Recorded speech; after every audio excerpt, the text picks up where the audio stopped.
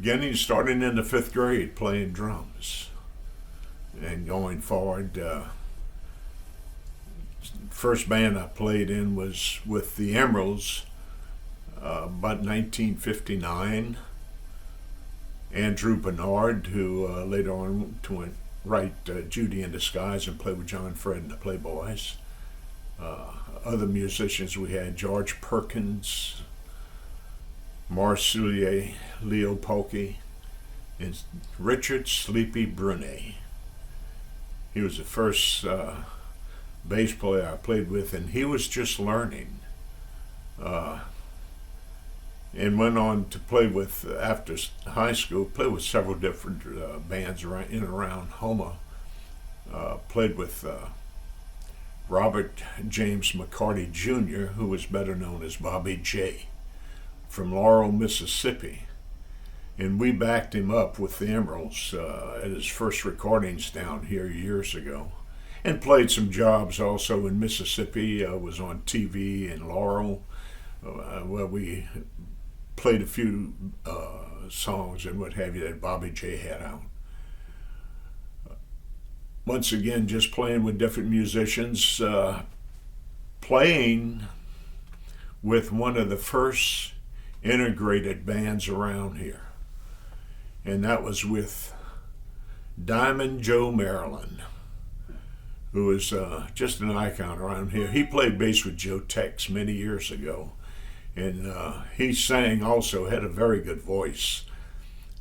Had his James Brown imitation down. And with that group, we had 3 white guys and a black guy fronting. And some of the best times we ever had, playing. We also played back then, which was unusual, some black clubs that he had booked. And I'll tell you that those people, and I'm talking about the black clubs back then, appreciated music better than the white people. And it was like the white people took it for granted that you were just there to entertain them.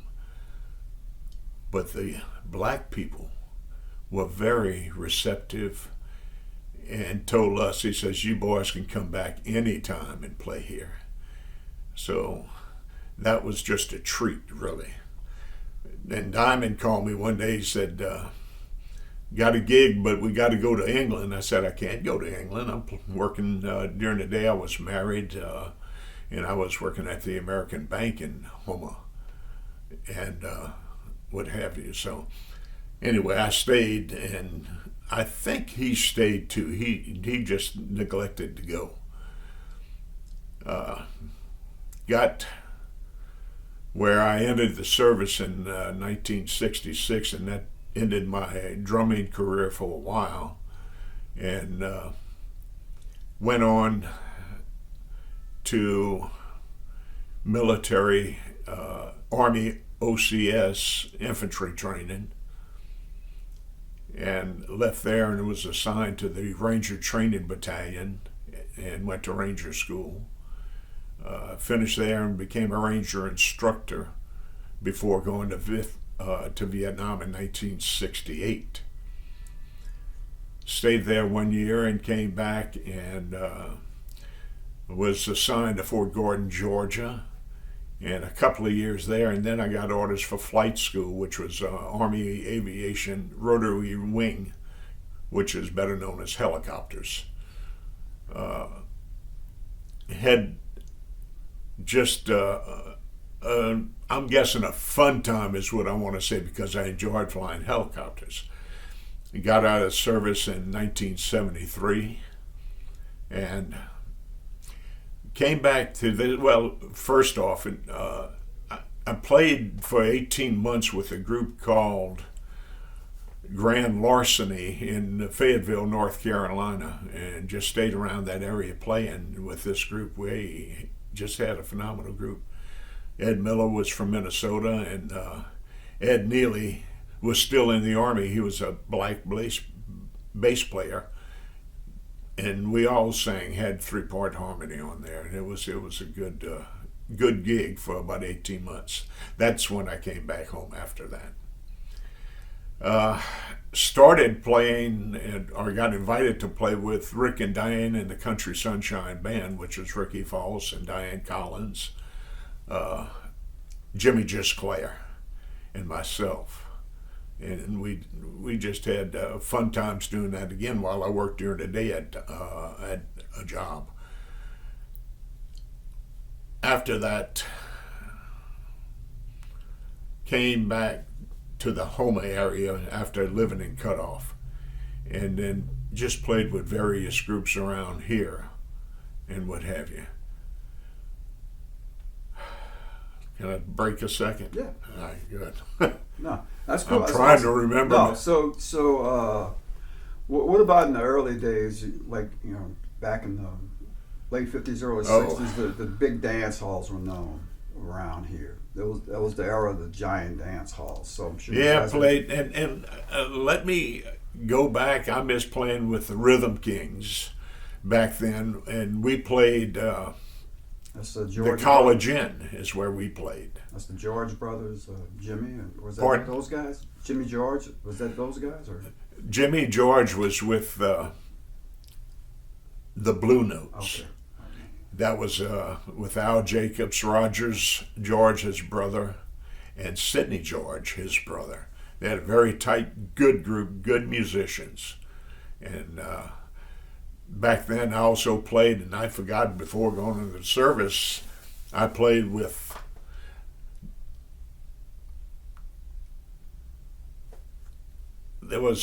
I can't remember there was a black man that played at the Floating Palace right across the Green Monster Bridge, and I'd go jam there with him and play, what have you.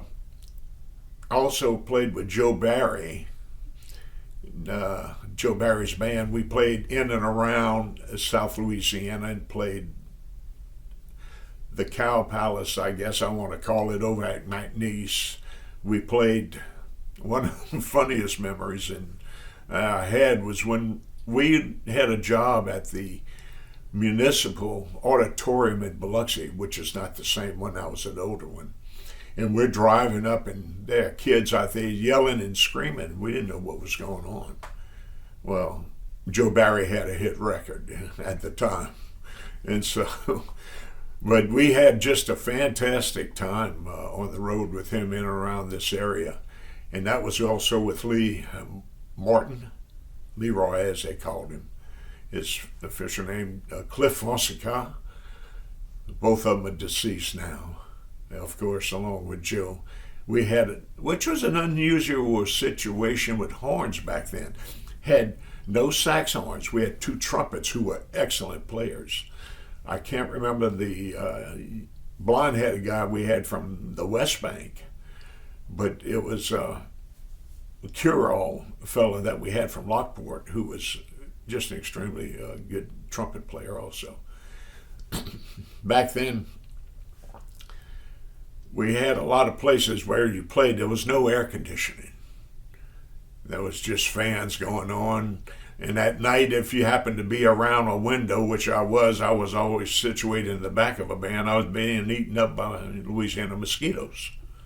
And that was not too fun. But I didn't care. I just wanted to play music and have a good time, which I did. Going into service, I stayed 7 years. And I was an officer then. As an officer, you couldn't hold down a second job of any kind. So I was away from playing for that length of time. So, but immediately 2 weeks before I got out of the service is when I started back playing once again. So do you remember any of those giant dance halls you guys played? I know the College Inn was one. The Belvedere here in Homa, which was right by the airport, which is just an empty slab there now. Let me go back a bit. I also played with some guy named Malcolm Rebenag Jr. Dr. John, didn't know he was there. He was going to be famous back then. We played for a week in Morgan City at some clubs every night, and then I was still going to school during the day. So, but we had fun. Managed to arrange not sleeping that much at night, but I was so hyper about playing that I just wanted to gig and doing that. But the other major dance halls, we played with Bobby J in Laurel, Mississippi. We played the VFW halls over there. The kids there were so receptive, like we were stars, which we weren't. Bobby J was from that area, but it was phenomenal. They were just yelling and screaming, and we had some good sax players too back then, who was with Andrew Bernard and George Perkins, who then. And going forward, I've played with some local groups in and out around this area. And one of the last groups was Backseat Memories with Mike Funky, Roger Knockhand, my wife, Lynn Cantrelle, and Ricky Roos, bass player, just phenomenal bass player. He passed away early in life too. But since then, this lady, Lynn, has gone on to better heights than I could, than I imagine anyway. She teamed up with this local guitarist, what's his name? Persian Wells. Fantastic producer, guitarist, and all around just a great individual. And I do appreciate him and the collaboration of Lynn. And I'm just around watching and having fun. Amen, brother. Amen. I appreciate that. So, like in the beginning, what? And I kind of want to go back to the beginning. That's okay. What inspired you? I know we kind of slightly touched on it, but what was your inspiration? Who were your inspirations? Like in the very beginning, who did you look? What drummers did you look up to? Well, give you a little story, which I think I've told you already. I wanted to play the drums. I was in the 4th grade, and I was picked as one of them that was talented enough to play an instrument because we were given some tests by a choir teacher. But anyway, the reason why I wanted to play the drums is because when we were kids, if you were picked to be a crook or whatever, well, you had to be hung, and I don't want to be hung, so I want to be the one to roll on the drums, and I would never be hung when we played. I just that was just a kid thing in me. Going back when we first played with the group of the Emeralds with Andrew Bernard and George Perkins and all, the first place we ever played, I don't remember the name of it, was way down Bayou DeLarge. On the left-hand side, the road, the pavement ended. It was a gravel road, and we played at this place every Saturday. Also going back, played with Phil Bow and his band, and we played down all the way at the end of Dulac at the time, Big John's, and this was a dance hall with no windows, just no air conditioning, mosquitoes all over the place. It was kind of divided in half, where one side was a restaurant, but then there was a half wall, which was a dance area. If you wanted to go dance, you had to pay. If you wanted to sit and eat seafood, crabs, ball, shrimp, whatever, then you could just listen to the music. And that was a big dance hall back then. But we had just a blast there, and I took over from my cousin, Mickey Domingue. And then with Phil Bow, there was some great guys, Rudy Cancian, just phenomenal musicians who were teaching me the beat. But I had a beat within my head many years ago that I just coined my own style. But when I started realizing who my mentors were, then I was looking at Gene Krupa, Louis Bellson, who were just phenomenal drummers. And every now and then I'd get to see them on a television which we didn't have, but a family member of ours had one. And every time they'd have some variety group, I was over there watching and paying attention. I would go to a club in Shreveport, Louisiana. Right over the railroad tracks, there was a club which used to be an old general store, big building. There, a black group played, Sugar Boy, and he had a drummer who was phenomenal. And I would go there to watch Smokey, was his name, they called him, and I'd listen to his licks.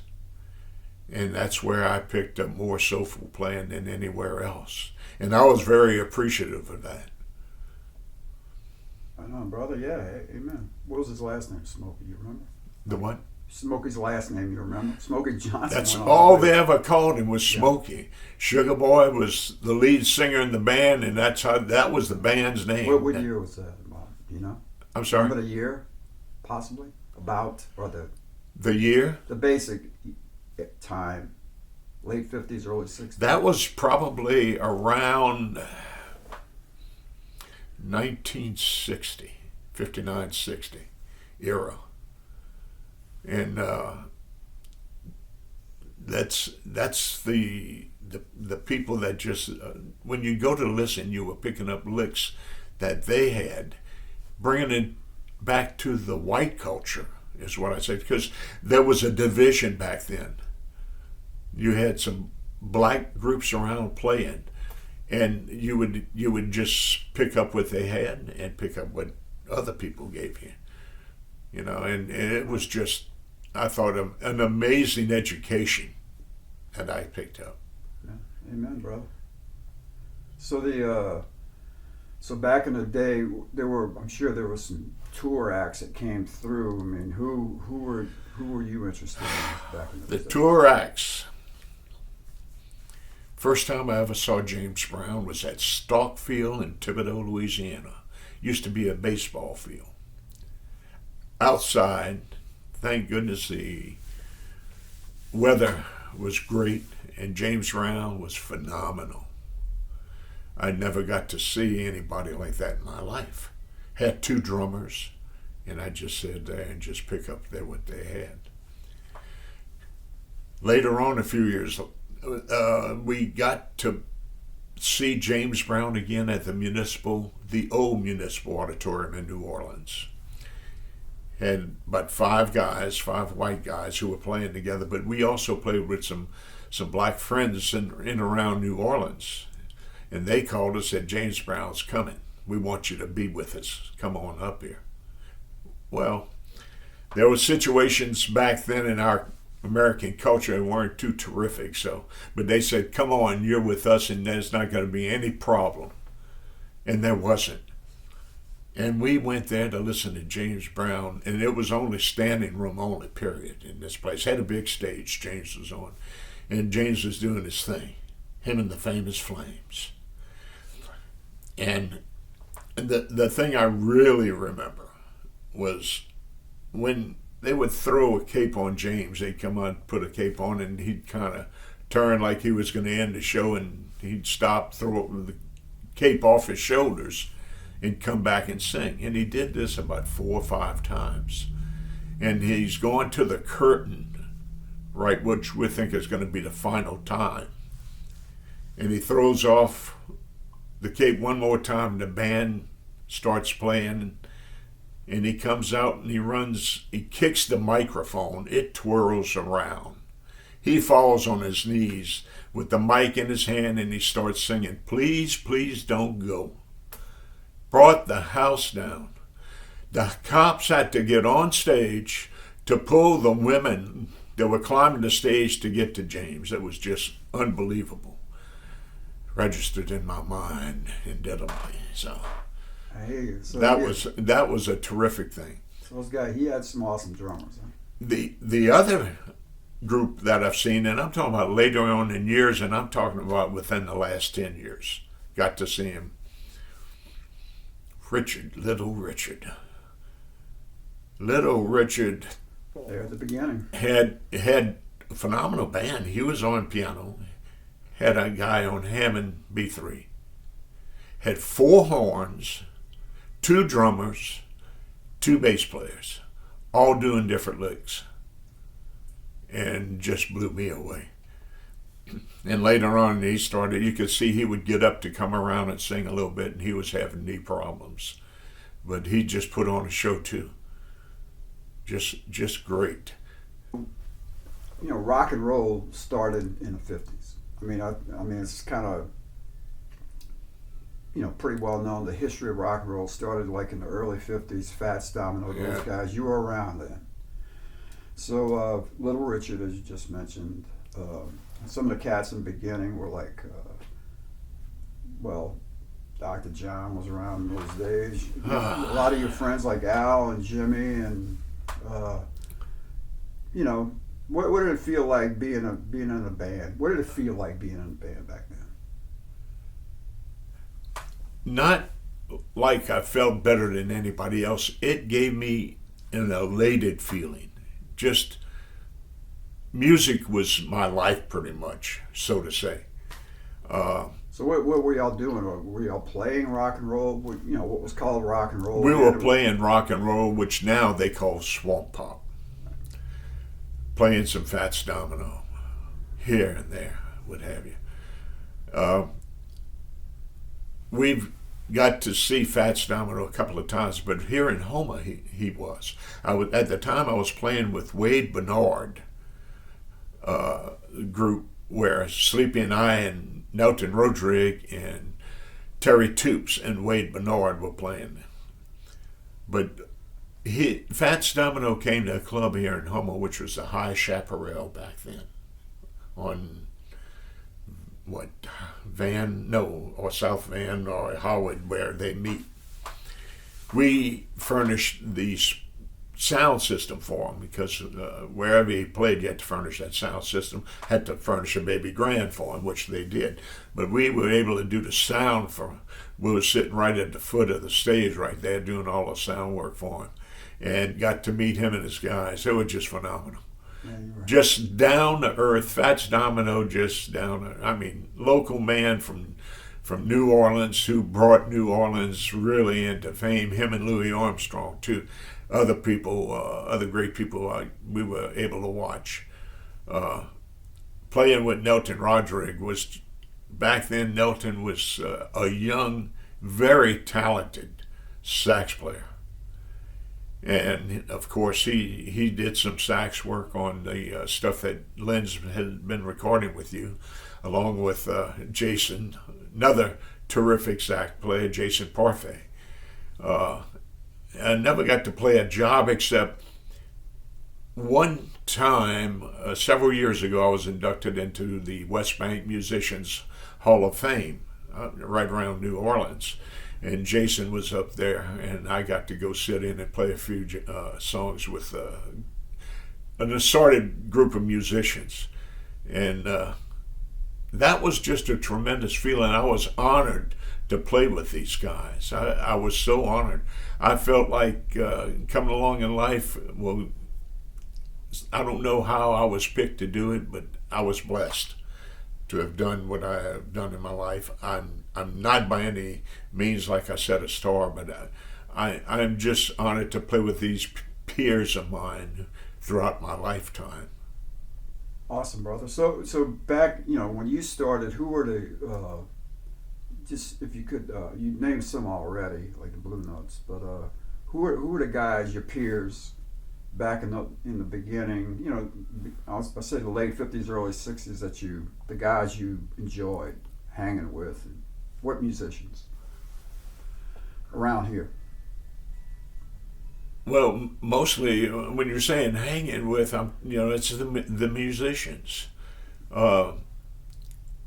Morris Soulier, Leo Polke, Sleepy too. And I missed one out of that first band, Mike Robichaud. He's passed on, but Mike Robichaud had a gravel voice, just a super voice. He was also a drummer, but he fronted and asked me to play in the band, and we just fronted. I played behind him while we fronted him. He was just phenomenal. Other groups are around I played with were Emmett Falk, formerly of Emmett and the Jades, and he's passed on too. Just a phenomenal singer too. Also played with Joe Carl, and played several jobs with him. And in a band, we played back then at a big hall.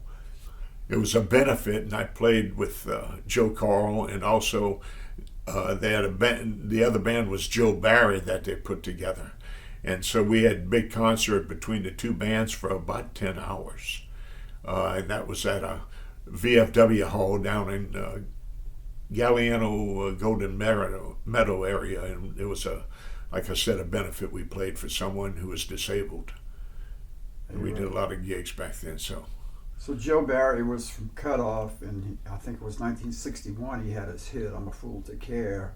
So you worked with him right after that? Yeah. Leroy Martin, like I said, and Cliff Fonseca. Cliff and I also played a threesome, and I'm talking about probably 20 years ago. We were playing with another guy called Lynn, and Grits was his nickname, Ramagos, and he's passed on, and Cliff's passed on. And really, we played a lot of jobs in and around Columbia, Mississippi, and also down in this area too. Amen. Which was around. Well, one of the reasons I definitely wanted to get you in here, Stan, is because you were around at the beginning.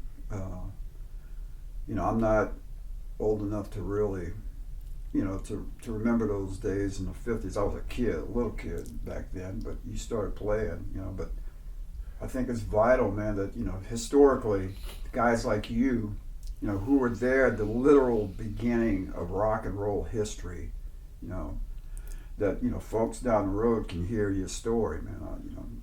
I appreciate you coming in and letting us all know that, it's, I think it's vital. You were there at the beginning, The other singer, and I'm trying to keep everything in order, which I can't right now.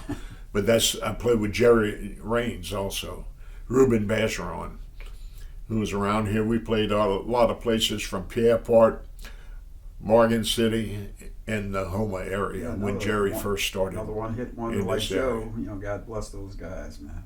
Yeah. My Teenage Love was his big hit, right? Oh, there's just a lot of phenomenal musicians that have passed on.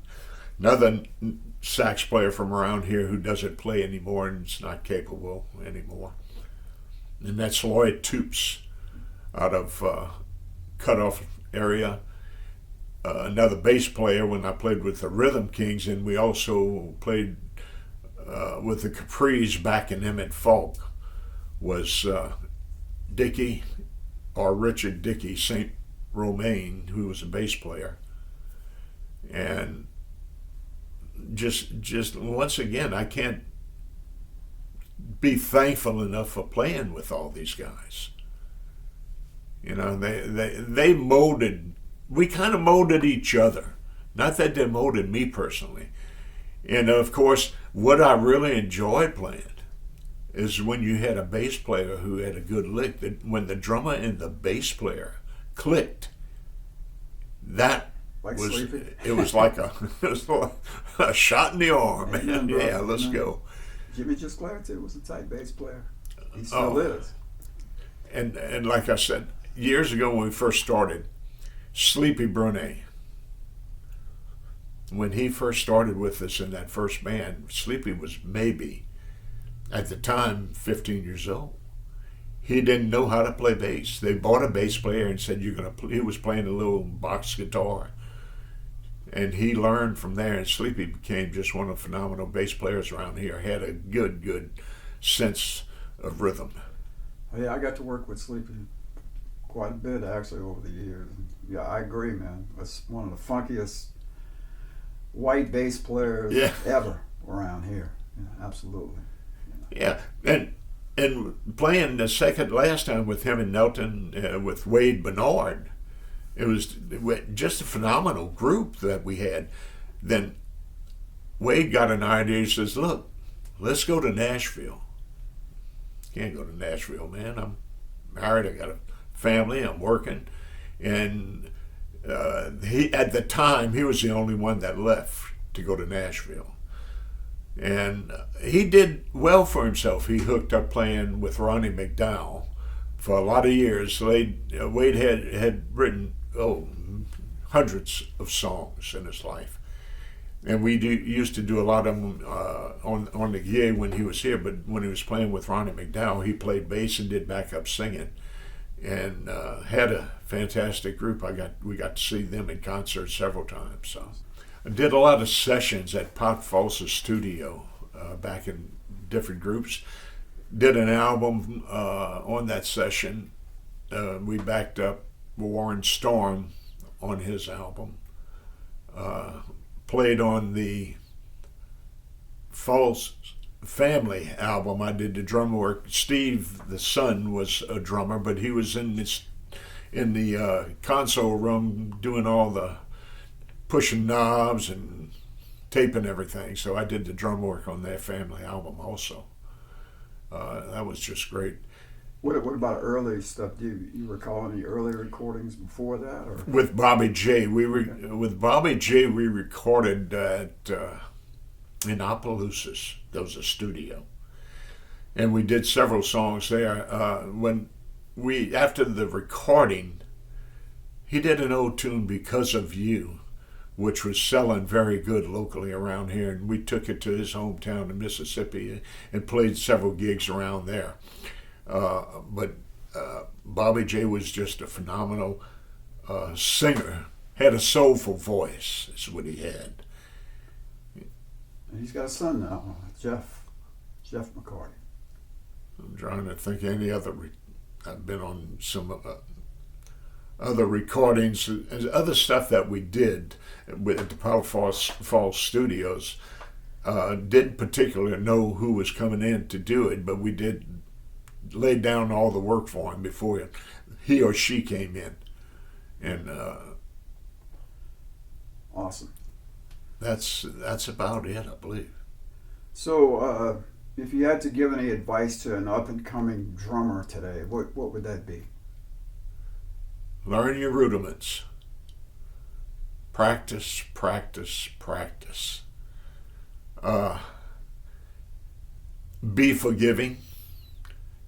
Don't put your head out there. Your head's not going to grow any bigger than God allows it to grow. Listen to other people. And they don't necessarily have to be a drummer. They might turn around and tell you, tone it down a little bit. You're a little bit too loud. Or look, can you do a fill in this area here? Yeah. But you have to be a very agreeable and respect that musician. I don't care what views you have, whether you like this or I don't like that and I like this. You have to come together in the middle. And you have to, like I said, you have to appreciate each other and the talents that they bring to the table. Or should I say to the dance floor. Awesome. The only problem is today, and in some respects I feel for today's musicians, they don't have the opportunity to play big venues like we used to play. They play what they can, little clubs here and there, and sometimes it might be a single person playing, a double, a triple, but it's little groups here and there.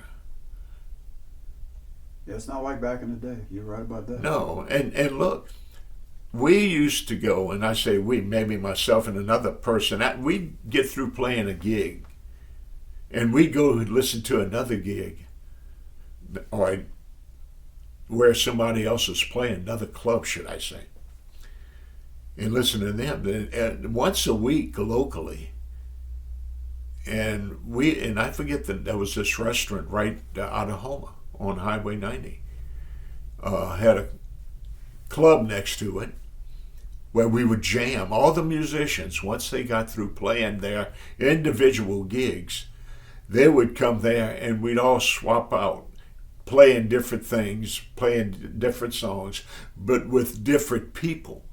That was your learning and education session too, playing with these people. Amen, brother. You probably remember the strip out there on Bayou Blue, right? Oh, God.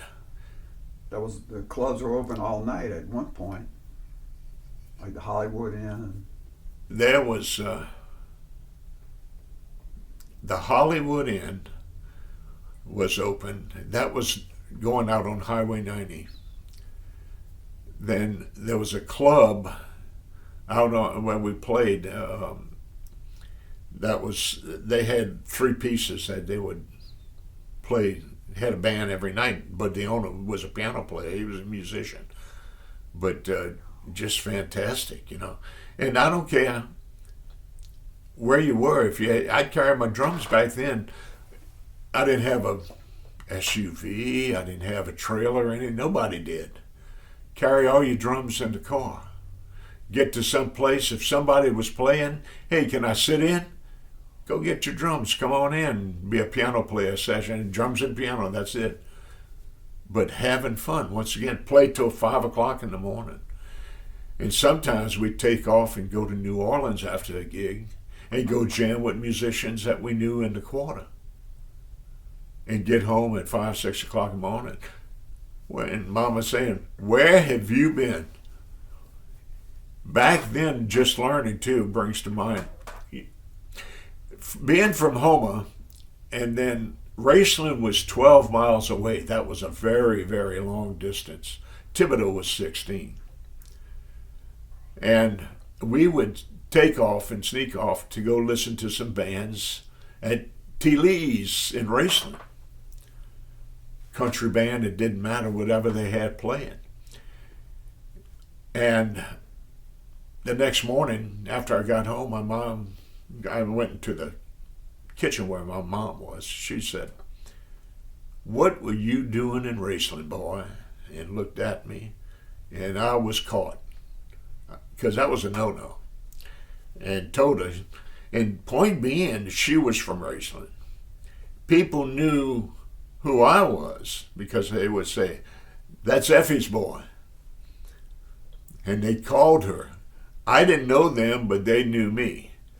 So we did things like that, and we were very fortunate that we didn't get clobbered by our parents. They kind of understood.